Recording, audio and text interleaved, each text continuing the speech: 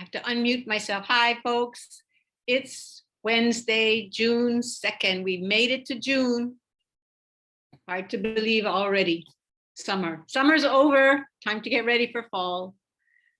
Not quite. Not quite.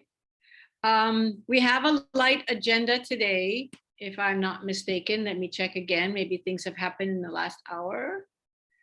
No, not too much. We do have one more announcement. Carol Hoshko is going to talk to us a little bit about what's happening in continuing ed.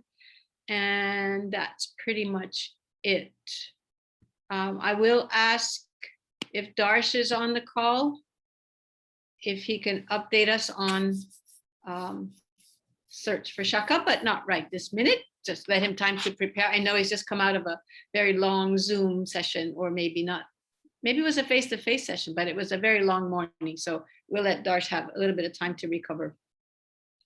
Carol, do you want to talk to us about continuing ed? Okay, I sure will. All right, I know that people on this campus as well as other campuses have been wondering what is happening with continuing education. So I can give you a brief update about that. The UHCC System Office has procured the services of 2 consulting groups. One of the consulting groups is going to work with the system office as well as talking with various people around the system at the community colleges to develop a strategic plan for continuing ed system. The second group is going to be working with all of the campuses on developing a campus business plan. And they're apparently going to be developing a common template for all of us to use. The project timeline is going to be a 4-month project, and these meetings are all going to be virtual. There will be interviews, workshops, focus groups, etc. The kickoff for this initiative is going to be on June the 7th. So hopefully none of you will be surprised. Please go ahead and share this information with those who may be interested and those who may be impacted by the dialogues and so forth. So during the summer, these meetings will occur. Now by July, they're supposed to have a deliverable, the consultants of a strategic plan for the UHCC level. In August, by the end of August, the campuses are supposed to have developed their business plan, and the consultants again will be working with us on the development of the continuing ed business plan for each campus. And they will be reaching out to us to see who should be involved. My recommendation is going to be, at least for one, they can work through the OSET Campus Council, but of course, they'll want to talk with the business office and so on and so forth there. There are other deadlines, interim deadlines for which we must deliver these draft plans to the Chancellor as well as to Erica Lacroix. But after all is said and done by September, there's supposed to be an implementation of all of these things that are going to be developed over this period of time. So the next step again will be the kickoff on June the 7th, and people will be reaching out to us to start setting up some meeting times. I unfortunately, or fortunately, will be gone on annual leave for a bit of the time, but I'll be back. But during my absence, John Richards has graciously agreed to act and sign on my behalf. But he's been briefed on things that I've been working on, as well as this particular project that's coming up. So that's what's happening with continuing ed statewide and how it will impact our campus. Stay tuned for developments. Are there questions for Carol about the continuing ed initiatives?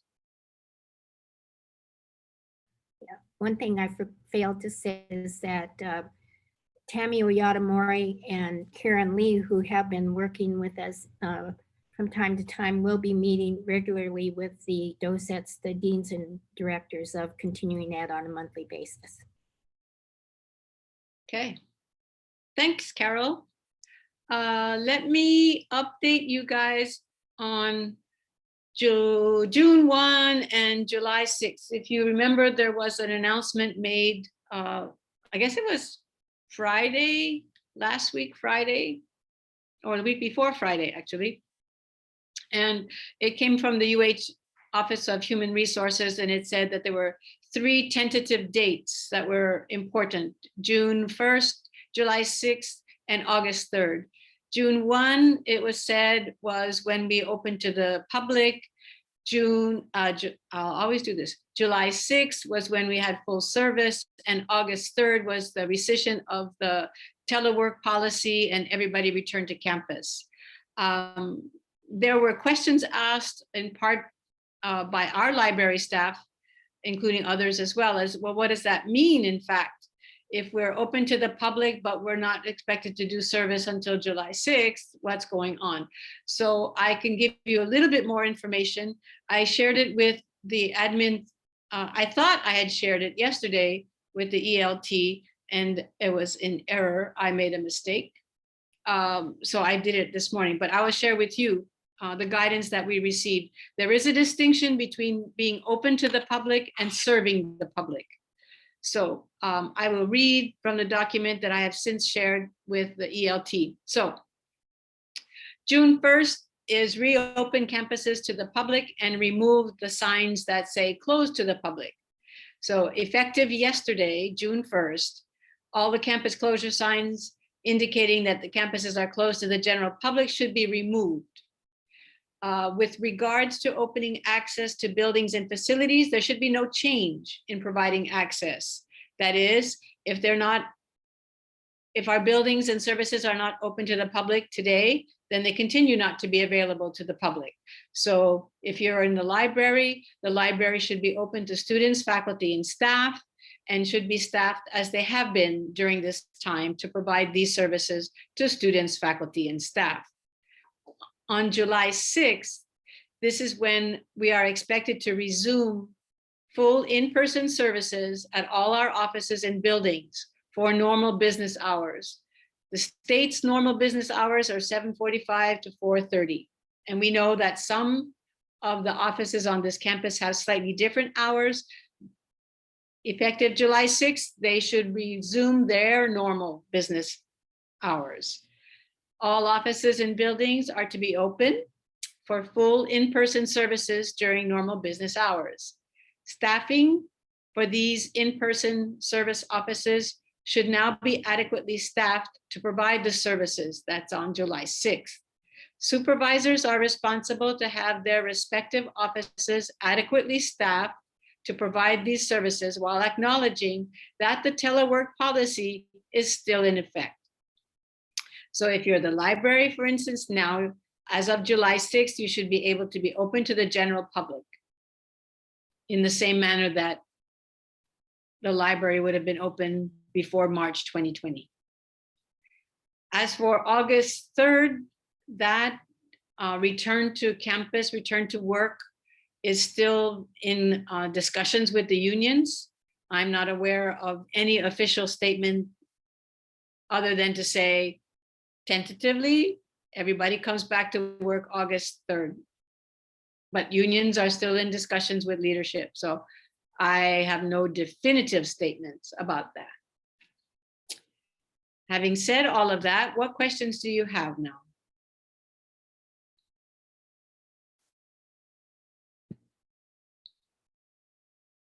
Isn't the reopening predicated on the FDA's approval? No. That's Terry's question. Isn't the reopening predicated on the FDA's approval of one of the vaccines? No.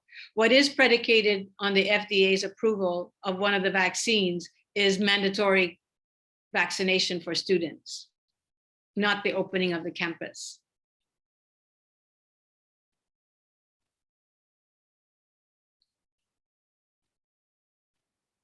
There is a question about mandatory vaccinations in the agenda, though. Wait, let me try get it. We can address that right now while people are thinking of questions. The questions that was supplied by someone on the campus was mandatory COVID-19 vaccines for students for the fall, question mark. What about exceptions, question mark.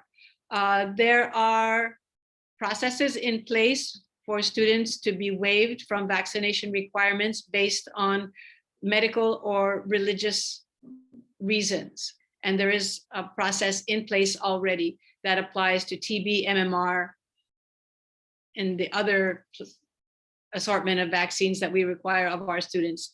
And the COVID-19 vaccine will fall into that same group and follow the same procedures for exceptions. But that mandatory vaccination requirement will go into effect if and when the FDA approves one vaccine. And it doesn't matter which. Hello, Lisa. That was my question that I added to the agenda, because as you may realize, the clinical facilities are beginning to mandate COVID vaccines for students. And again, us in nursing will have to comply, right? Yes, so there may be, even though the system is not requiring it at some level, or there are exemptions, yes. our standards may have to supersede that, and we need to inform the students of that so Yes. that they are prepared. Correct. Because just like anything else, if you cannot go to clinical, you will not be able to enter nursing. That's right. I think there are very good questions about whether or not we are open to the public and vaccines. I mean, it's all very confusing, so I appreciate whatever you can do to clarify this for all of those that are having to come back and wanting to feel safe. Yeah. Yeah, that was my question. And I would continue to appreciate any guidance that the UH system gives, because I am quite sure, as we all know, this is gonna become a political sort of issue, and we have to be prepared. If there is going to be medical exemptions, that we know what they are, and that we can either accommodate or not accommodate those students on our campus. And I think the concern for those coming back are they going to be protected, and how are we going to continue to do that with surveillance perhaps, or frequent cleaning? As you know, up here in the corner of Copico and Makapu'u and Kilauea, I mean, we have people walking onto this campus all the time. And because nursing has been open all this time, they come right to our doors. They try to get information. I had to direct a family who wanted to enroll their freshman daughter into classes yesterday. Where is administration? Where is the building I need to go? So, you know, they're coming back. People want face-to-face service, and I think we should be welcoming them. Yes.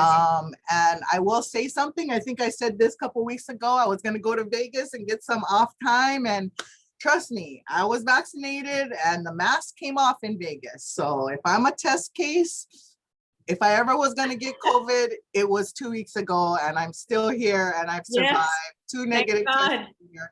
I'm just saying, the study of one, but I'm still here. So trust me, get out there, get vaccinated if you can. It's working. And I think we need to model that for ourselves and our students and our faculty. And that's all I'm going to say about that. Thank you very much. Thank you very much. There's a bunch of questions in the chat. Let's get to them. And thank you, Jerry, for pointing out that we are not, religious exemption doesn't exist for TB. So thank you for that. Sheldon has a question. And after you said you had a question, Sheldon, look at all the other questions that were there. Cheryl says, what buildings and offices are expected to be open effective 7/6? I would expect any office or building that serves the general population, such as, and those that serve us as well. So HR, business office, they've been there this whole time. Let me think, Ke Kaulike, MKC, library, of course. We don't have any food service, so that's out of the question. Cashier, Any others that you guys can think of while I'm struggling? LP, Yo, probably the easiest way to answer that question is if there were no pandemic, what would be open right now? mm, In a regular summer or in a regular fall, what would be open? thank you, Brian. Okay, I don't have to answer that one anymore. Yay. Guy says, are some who are scheduling online thinking about additionally offering any in-person class sections? Thank you for adding additionally, Guy, as opposed to switching. I am sure that if there are pressures on classes, all the sections are full, you need to offer something else, maybe you want to think about it. But right now, and this goes to Cheryl's question about social distancing, we have no official word on anything other than 6-foot distancing.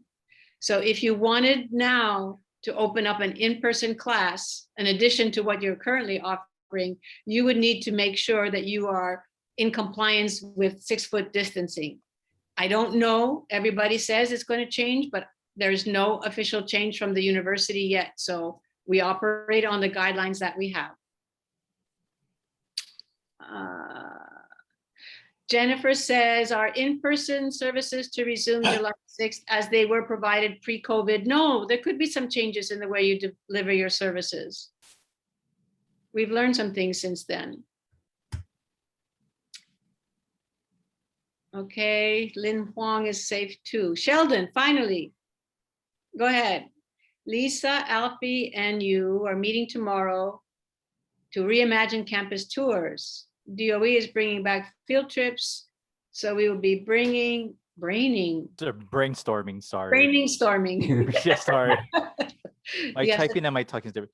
So yeah, I just wanted to put it out there because field trips are coming back, and Lisa, Alfie, and myself are just gonna hammer out some ideas. Brian has given us some guidance, and so I just wanted to put it out there that we will get a lot of, because we got it over the summer. We got inquiries about campus tours over the summer, and that was a flat out no. But Right. fall is going to be a different ball game, so just heads up. Okay. Was that the question you wanted to ask? Yeah, pretty much. Okay. All right. Cheryl says, hybrid and FDF classes are mandatory for new and returning international students. So thank you to those who are offering any in the fall. KCC Farmers Market. Yeah. Louise, I wanted to just offer. Sorry, Carol, hold on. Lisa, the farmers market is considered essential. That's why. Food. And we have worked with them very hard on establishing safety protocols, which are very difficult to enforce, apparently.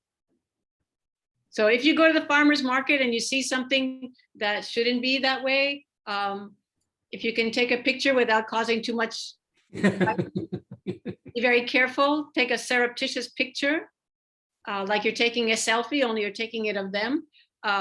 And then send it to Brian, because we need to keep those guys in line. And they're trying really hard to maintain all of the protocols, but they're dealing with a lot of people and more tourists now coming the whole time. Sorry, guys, I laughed because, yeah, I mean, we're not asking folks to help to do any enforcement. I myself was pretty much accosted by one of the patrons several months ago. And I don't want to put anybody, and Louise doesn't want to put any in that situation. But when we do, as we can come back to normal, we are a very popular campus to have different events and races and things of that nature, not just the farmers market. When you guys see stuff, yeah, please, by all means, let us know. I don't want to ever put anybody in a situation where you're taking a picture.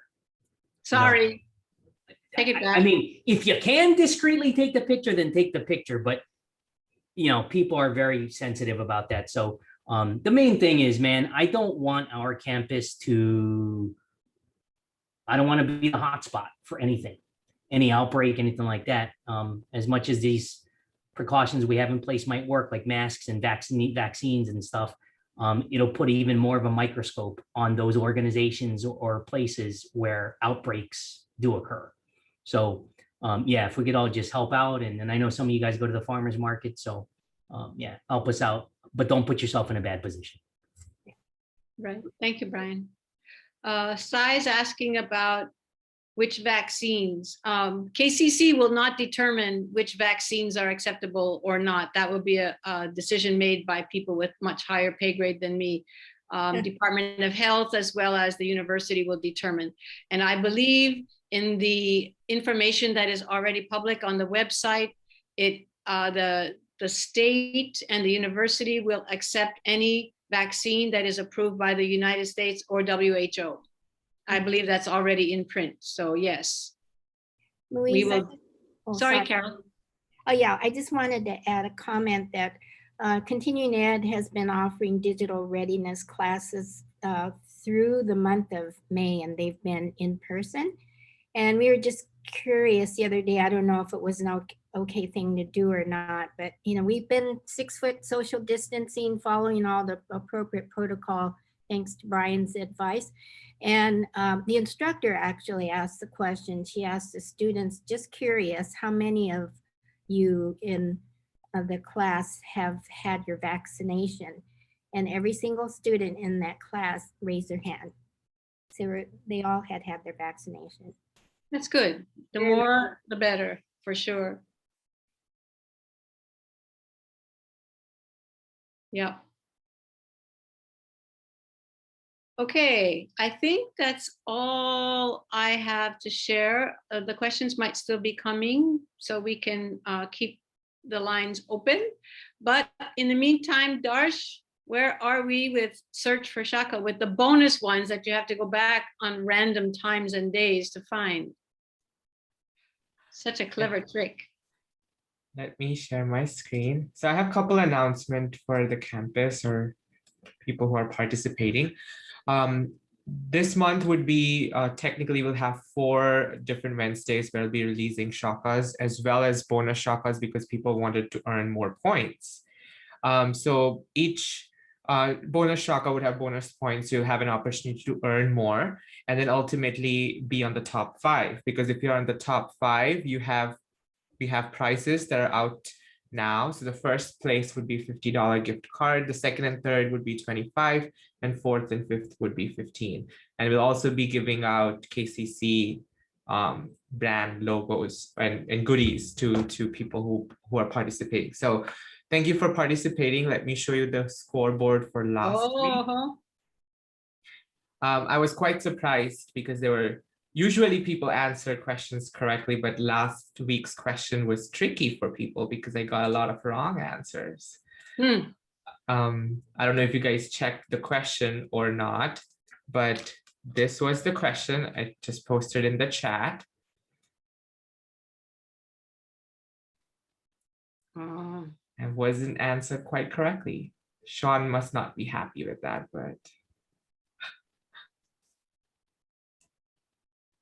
Okay, and I have an end date to the contest. So we'll be ending this contest on July 7th. July 7th would mark the 75th Chancellor's meeting or Chancellor's update meeting. So we'll be celebrating 75th anniversary events on the 75th Chancellor update, and we'll be announcing the winners on the same day. Oh, perfect. And we are hoping to also launch the photo collage. So if you haven't submitted your photos, please submit your photos with either 75th anniversary t-shirt or any KCC blue color t-shirt. We're happy to put that together and then release probably on the same day, July 7th. So I'll send out announcements coming next week. But thank you once again for participating. And if you have any questions, just reach out to me. Yeah. Thanks, Darsh. I see the leaderboard this week looks very different. I don't see Roman on it at all. What's going on? Okay, anything else from anyone? Questions or announcements or any kind?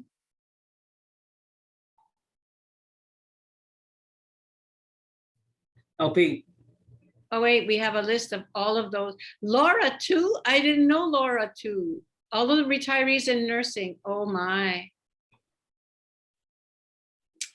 Yes, we are hoping to recruit new faculty for sure. That's a lot of nurses. Gee, yes, somebody asked, was that you, Brian? yeah, that was me. Okay. Everyone, excuse me, bug in my throat. I just wanted to make sure that everyone is dusting off their plans to return, thinking about whether that plan still fits. And this is for your individual office. Please take a look at it. Please dust it off. Go through it with your respective supervisors, department chairs, deans, VC, and then, as necessary, now is the time to, if you want to tweak it, if we need to purchase anything, it's the time to do it. There's a worldwide shortage of stuff. Go to any hardware store, Home Depot, Lowe's, City Mill. Our locally owned City Mill is just, the shelves are bare right now. And so that's just a worldwide shortage for everything. So please go through it now, because if we're asked to do things come August 3rd, it may not even happen right now with 2.5 months to go before school starts. But certainly it won't happen in time before fall on August 3rd. So please do that now. Let us know what kind of assistance or questions you might have. Thank you. Thanks, Brian. Questions from anyone?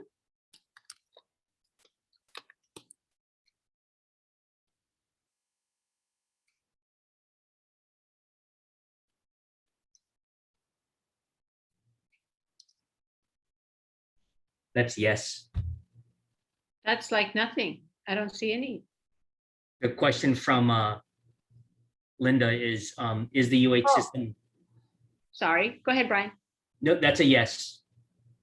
So that's the tricky part, yeah? I know Annie and I were kind of emailing back and forth about this. We are, as of yesterday, a soft opening to the campus, and all that really means is there's no major announcement, but signs have been taken down. All closed to the public signs have been taken down. If you guys run across any, we had a lot across campus. If you run across any, please call security, let us know, we can take it down. We don't want to be out of compliance. But anyone who's on campus is supposed to have signed in with LumaSite. Okay. And so if there's a situation, you're in your office or whatever, and somebody comes through, we'll want to check, especially if it's not somebody who's supposed to be there. So Brian, does that mean visitors have to sign in on a LumaSite? Yeah. And how would we assist them, and what do they create an account, or is it just a QR code or something, or what? That's a good question. I hope to get an answer to that. Somebody at the system should be or already has created a 8.5 by 11 sheet, or shorter. And I'm only just going to wait for a system response before I go ahead and create our own, right? But there are steps. They were sent out via UH Announce early on, right after LumaSite was created. And Annie had that same question as well. I don't expect that you guys will, unless they're your guest, I don't expect you guys to take time out of your day and help them, right? Thank you, Angela, set that up there in the chat. But you'll want to direct them to how to do it. That's all we can ask you folks to do. And that's all I'm asking, my staff to do as well. Yeah, I guess if we're being consistent with what's out there in the industry, you walk into a restaurant now, they have you sign in, your contact information and whatever. We could have a printout of those LumaSite questions, because if they don't have a smartphone or whatever, I think we have to have a paper trail to track these people. So I guess that would be my suggestion, is if we can come up with a paper form of those LumaSite questions, and as long as all those questions are no, they can then proceed to get service. Otherwise, if they have been exposed, or if they have had they need to be told they're not welcome, right? That is kind of the rules. Right. So I guess that would be my suggestion. Yeah, I think that's a good suggestion, because to check in, they're gonna have to download LumiSite. Why do they want to put LumiSite on their phone if they're only going to be coming here for meeting somebody for some other reason? I don't know how we could possibly attempt to monitor people walking their dogs, for instance, but what constitutes a visitor as well. So to clarify with Lisa's, yeah, absolutely. The expectation is you would help them.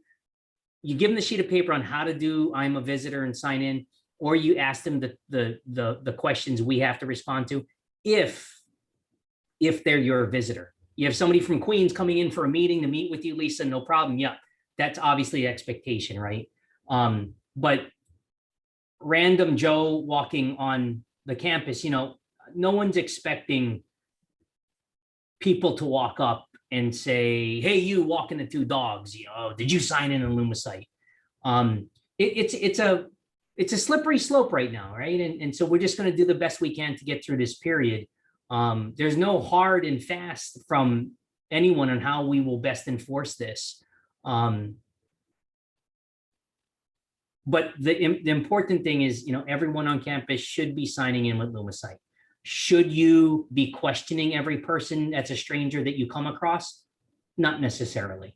Should you be ensuring that your respective guests or patrons are checking in or answering those questions? Yes.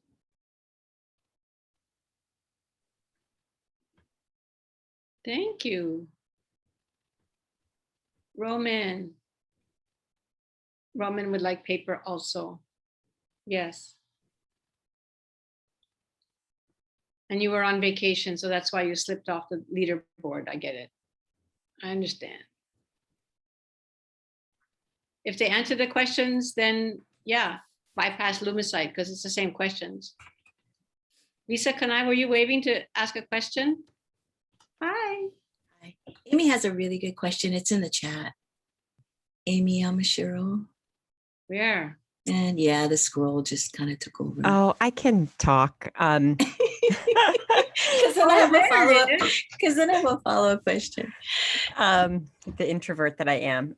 So just to clarify that faculty teaching online in the fall, which most of our faculty are, they can continue to work from home.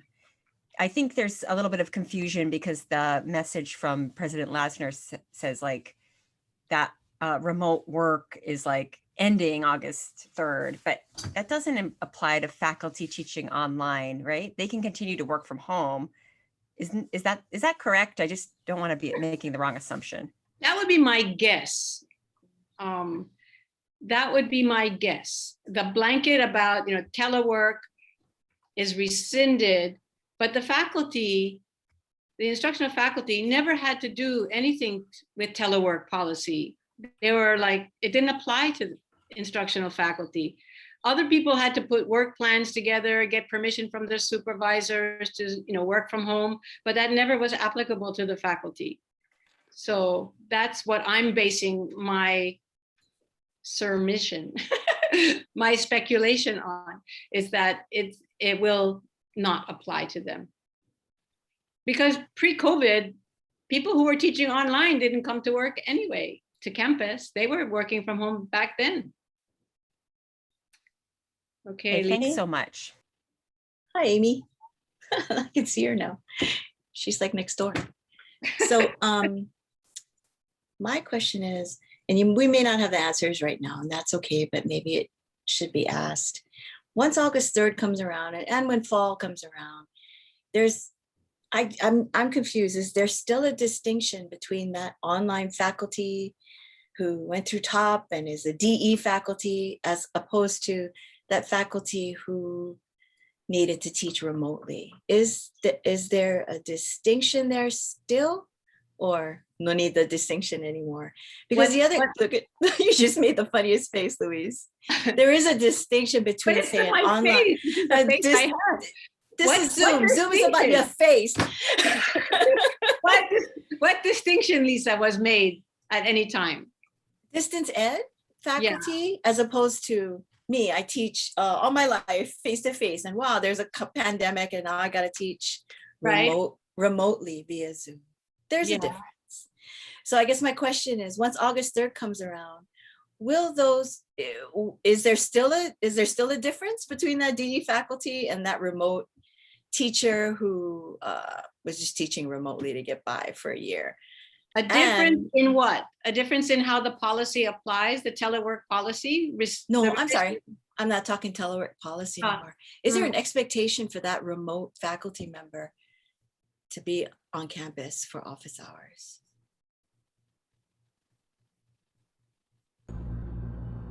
I would say if they're not teaching face-to-face classes, Nonita? no need. Okay. All There right. may So, be a difference of opinion. I'm getting a difference of opinion in a private here, but okay. my understanding, and again, nothing is clear. Yeah, all I of mean, this- we don't have answers now. I realize that. Yeah, But all of someone the will August ask. 3rd stuff. Yeah, the August 3rd stuff is Yeah. still in conversations with the unions. But I would say, personally, I would say, if a faculty member is teaching online, then the expectation is that they will teach online from their home or their office, whichever one is most convenient for them. But I don't think, I don't think the expectation will be that faculty who are 100% online are sitting in their office. No, I'm talking about office hours. So say the student wants to meet with you. And, you know, teachers are required to have so many office hours per credit, Yes. right? Okay. So are we going to expect our remote teachers who normally teach face-to-face to have to hold their office hours, that 1 hour every week, in if their physical offices after August 3rd? Because the question will get asked, yeah, personally, I think we should just leave it up to faculty if that's what they'd like to do. But I don't know if somebody's going to, you know, you just never know.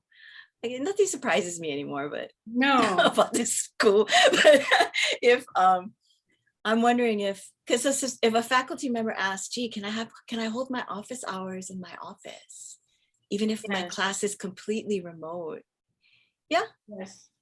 Well, all I can say is I would say that if a faculty member is available to students via Zoom, because they're teaching via Zoom, that would make a lot of sense to me. I don't know that you would require them to have a face-to-face presence when their students aren't face-to-face with them either. Just putting it out there. Yeah. But Noelle was asking about, what about non-instructional faculty? Even if they're offering remote services, you know, I have no idea, you guys. Now this is getting cloudier and cloudier, so. Yeah, sorry, that was just for people to think about. Yeah, no, these Yeah. are important questions, and I'm expecting that UPA is putting those questions out there for discussions with Erica folks, because those are very important questions. So Yes. now that we put everything remotely, do we have to undo all the remote stuff and put everything back to face-to-face? I don't hope know. not. That was Jennifer's question too. Are we going to deliver the same services the same way? Probably not. So we have I can clarify that question, LP. Which one? Are we going to deliver services the same way? Okay. So the expectation is that the services will be delivered. But I think there is a realization from the system and an acknowledgement from the system that we've made some changes. We've made a ton of changes, for example, at KISC. It would be virtually impossible to go back to the style of service provision that we had before. As long as those services are provided, how we dole them out or how we provide them has changed, and it's a campus decision. Lisa is asking whether vaccinations will be mandated for employees. Question is before the unions now. That is very much not our decision to make.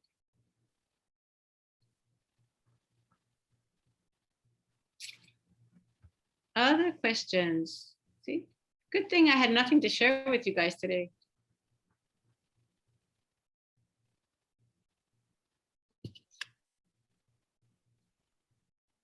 Okay, looks like we're winding down.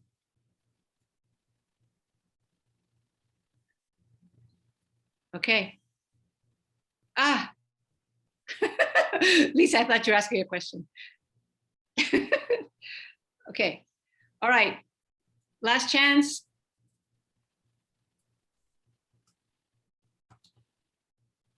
All right, we're done. Thanks very much for tuning in. This is summertime. We will continue these Wednesday chats because God knows things are changing as we speak everywhere. So we will be able to continue our conversations.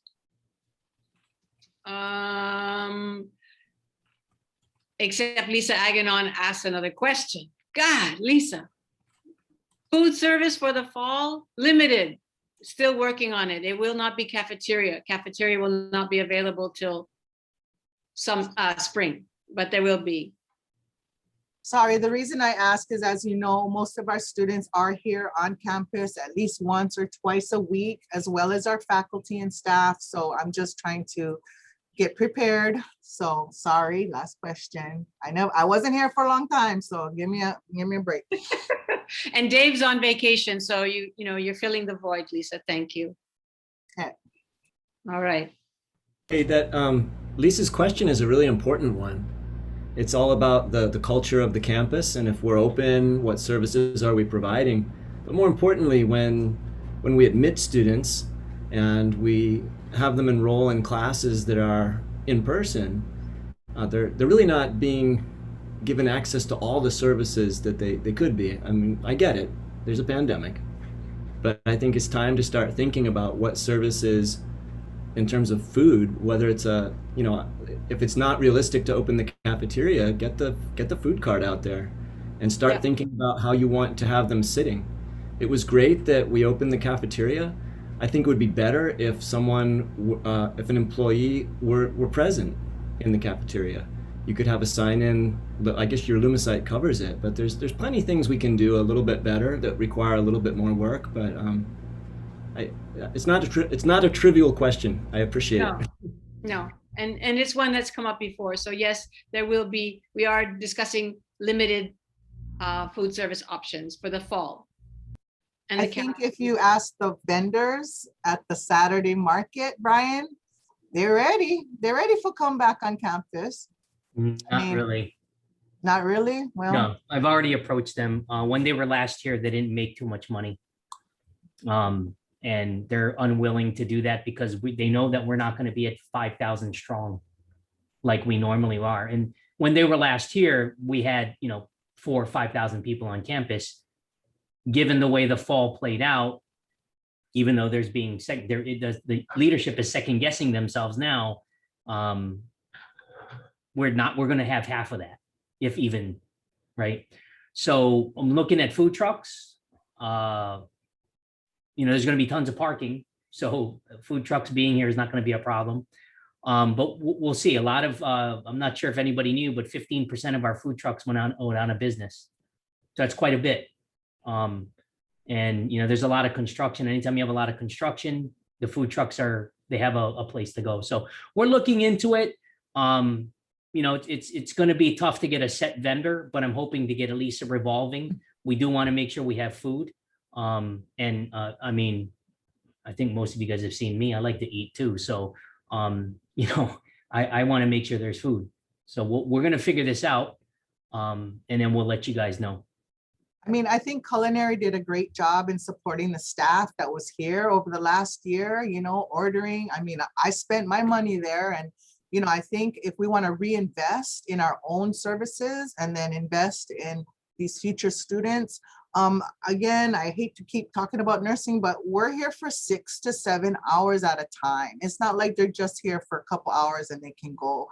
So just to get off of campus, go somewhere, buy food, come back. We only give them 15-20-minute break per hour because we're trying to get them in and get them out. So again, just trying to explain the rationale behind why it's important to have an option for them, or at least inform them, hey, bring your coolers, bring your own stuff, because no more nothing over here.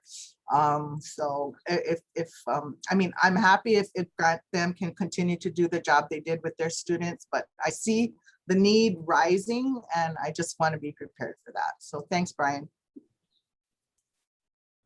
Okay.